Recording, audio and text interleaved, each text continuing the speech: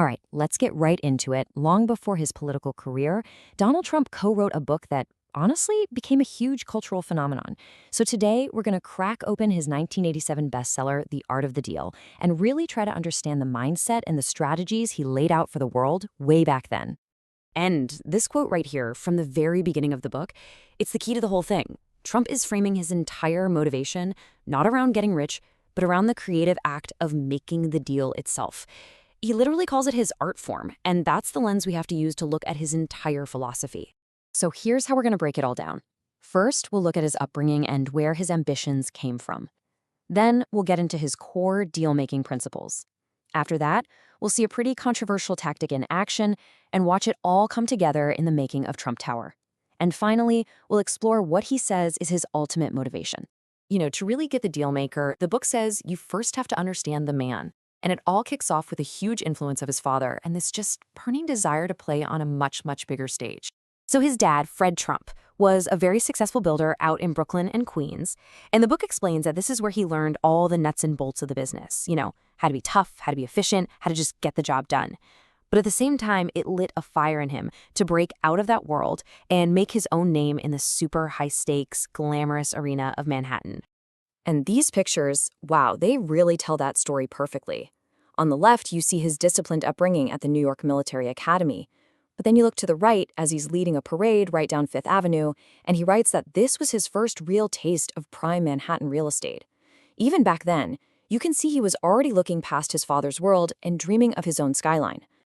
Okay, let's get into the real meat of the book, what he calls the elements of the deal. This is basically presented as his personal secret formula for success, a set of rules that he says he applies to every single negotiation. So, principle number 1, think big. It sounds almost too simple, right? But it's actually the foundation for everything else he does.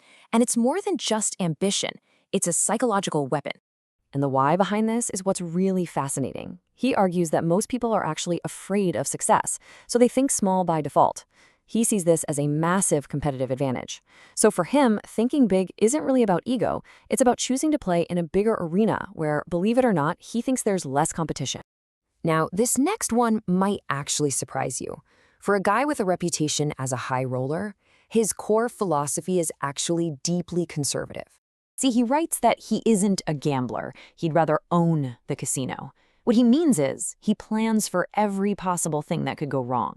His argument is that if you've already figured out how to survive the absolute worst-case scenario, then you're totally free to go after the best case without taking on too much risk. In his world, success is just what happens when you manage risk really, really well. And that brings us to the third big pillar of his strategy. If you're going into a negotiation, you absolutely have to do it from a position of strength. Now, the key thing to get here is that leverage for him isn't just about having more cash or more power. He sees it as truly understanding what the other side wants and needs. He writes that it takes imagination and salesmanship to convince the other person that giving you what you want is actually the best thing for them. Okay, so let's see how all this builds into a very specific tactic he uses with the media. He actually spends a good chunk of the book talking about his relationship with the press and how he figured out how to use it to his advantage. This line right here, it's probably one of the most famous quotes to come out of the entire book. It's a totally pragmatic view of public relations.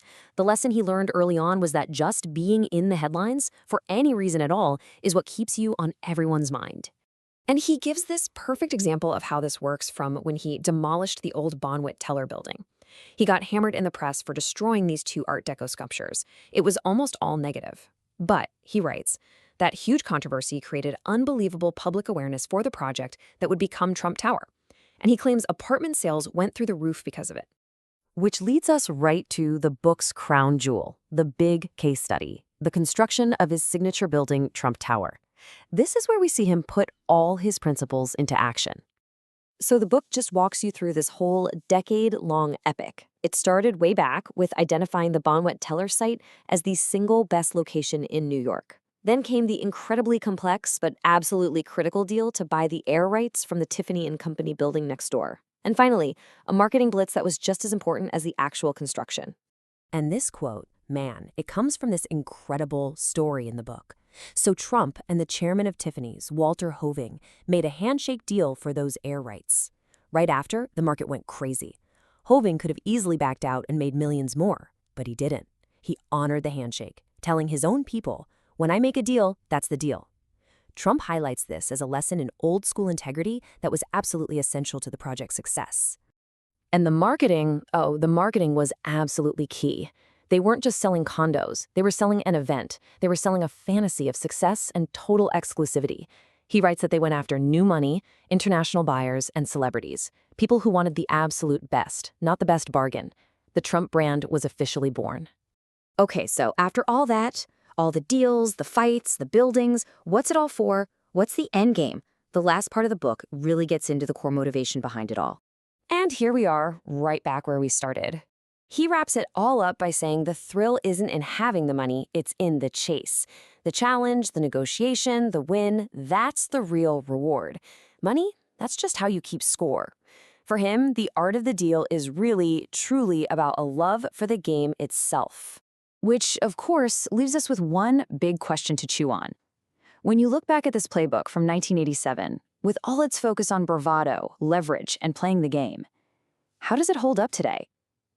Is it a timeless guide to success and negotiation, or is it a snapshot of a very specific moment in business and culture?